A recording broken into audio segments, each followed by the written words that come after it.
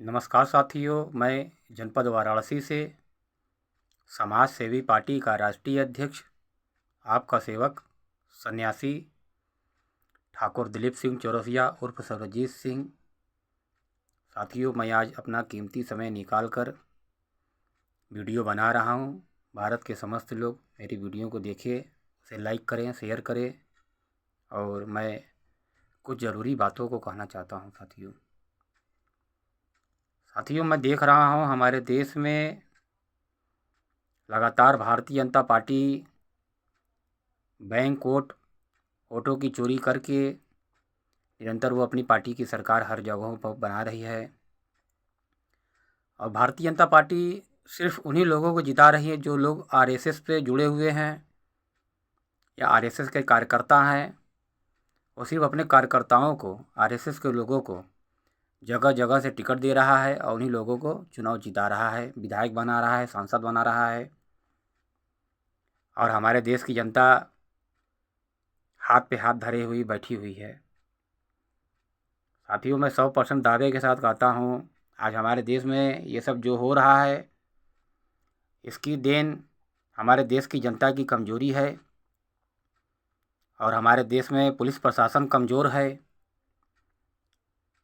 हमारे देश में बाहुबली माफियाओं, आतंकियों का वर्चस्व कायम है। साथियों,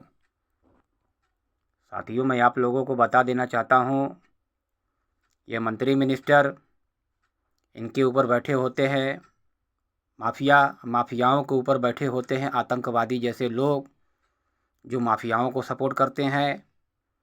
माफिया जैसे लोग, जितने भी उद्योगपति हैं, यही लोग असली माफिया होते हैं। इनके नीचे इनके चेले चपाटी होते हैं, इनके नौकर चाकर होते हैं मंत्री मिनिस्टर। जैसे प्रधानमंत्री हो, चाहे राष्ट्रपति हो, चाहे कोई भी राज्य मंत्री हो या केंद्रीय मंत्री हो, ये सब उद्योगपतियों के नौकर होते हैं। और माफियाओं के ऊपर इनके आका बैठे होते हैं आतंकवादी जैसे लोग जो भारत की जनता को गुलाम बनाए हुए हैं। हमारे देश की पुलिस प्रशासन भी कमज़ोर है, बेबस है, लाचार है। सब डरते हैं। युद्ध करने से हर इंसान डरता है। भाई, डरने का रीज़न ये है कि सबके बाल बच्चे हैं, सबकी पत्नी है, औरत है, बच्चे हैं। हर आदमी सोचता है कि मैं अपने परिवार के साथ अपना जीवन यापन करूं, अपने बाल बच्चों को पढ़ाई लिखाई कराऊं, उन्हें कुछ अच्छा बेहतर बनाऊं। अब बनाएंगे लोग, क्या करेंगे? अपने बेटे को डीएम बनाएंगे, कलेक्टर बनाएंगे, कोई पुलिस बनाएगा, कोई बिजनेसमैन बनाएगा। या किसी का बेटा अगर नहीं पढ़ पाता है तो वो छोटे मोटे कार्यों को करेगा, रिक्शा चलाएगा, टाली चलाएगा। यही सब सिस्टम है देश में। और कोई लड़ाई झगड़ा में कोई शौक़ नहीं रखता है। ये हमारे देश में पुलिस वाले भी हैं, ये भी पारिवारिक होते हैं, इनके बाल बच्चे होते हैं। पुलिस वाले भी लड़ाई नहीं करना चाहते हैं, इन्हें भी अपनी जान की मोहमाया होती है। ये पुलिस वाले भी लड़ना नहीं चाहते हैं।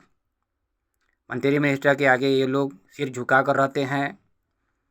भारत के जितने भी पुलिस है प्रशासन के लोग हैं, ये लोग गुलामी करते हैं, सरकारों की, उद्योगपतियों की गुलामी करते हैं।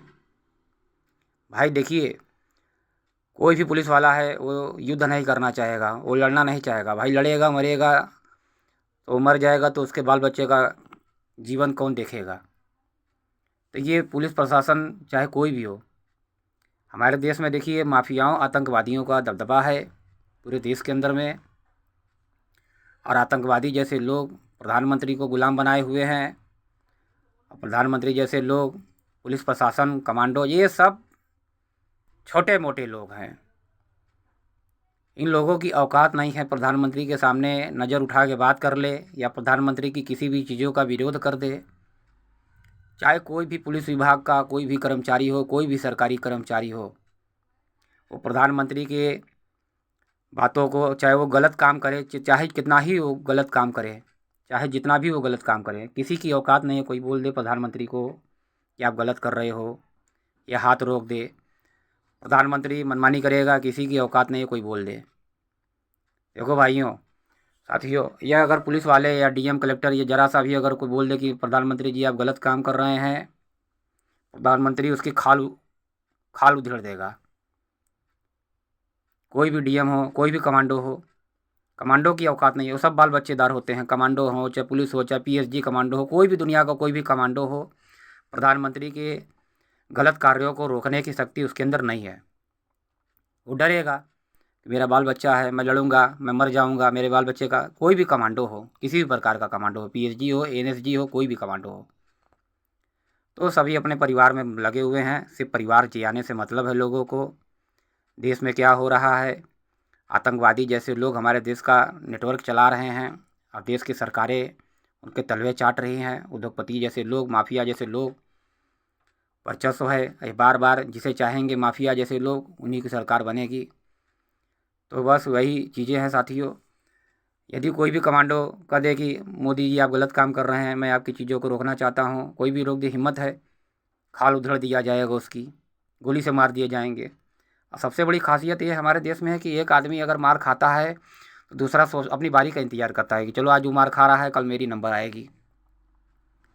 यहाँ ये नहीं है किसी भी चीज़ों को विरोध करके रोका है, साहस नहीं रह गया किसी के अंदर।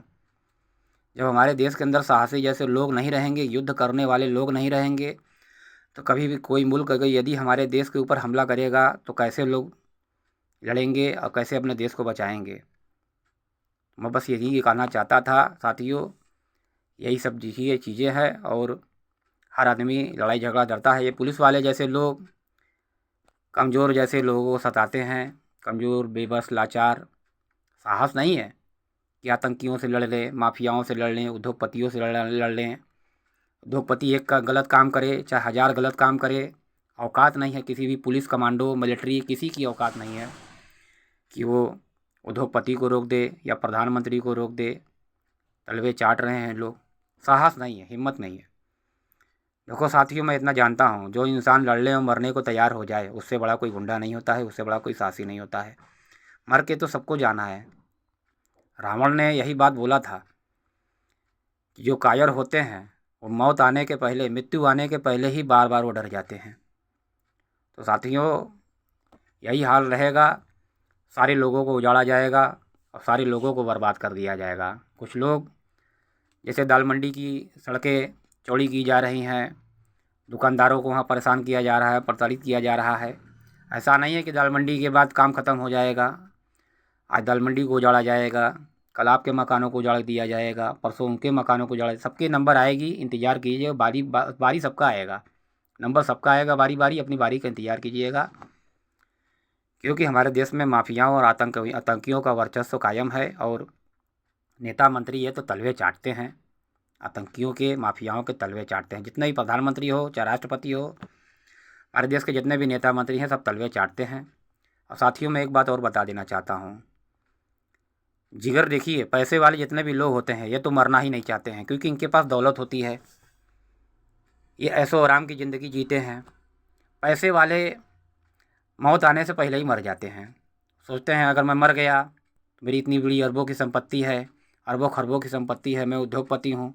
सबसे डरपोक हमारे देश में अमीर है। जिगर उसी के पास होता है जो खाने बिना मर रहा है, जिसके पास कुछ नहीं है, वो सबसे पावरफुल आदमी होता है। तो साथियों, यही सब बात है। जो कि सबसे कमज़ोर होता है, जिसके पास कुछ नहीं होता है, वही दुनिया का सबसे बड़ा लड़ाका होता है, सबसे बड़ा योद्धा वही होता है। तो साथियों, यही मैं अपनी बातों को ख़त्म करता हूँ। नेक्स्ट वीडियो में अपनी बातों को रखेंगे, जो भी बोलना होगा बोलेंगे साथियों।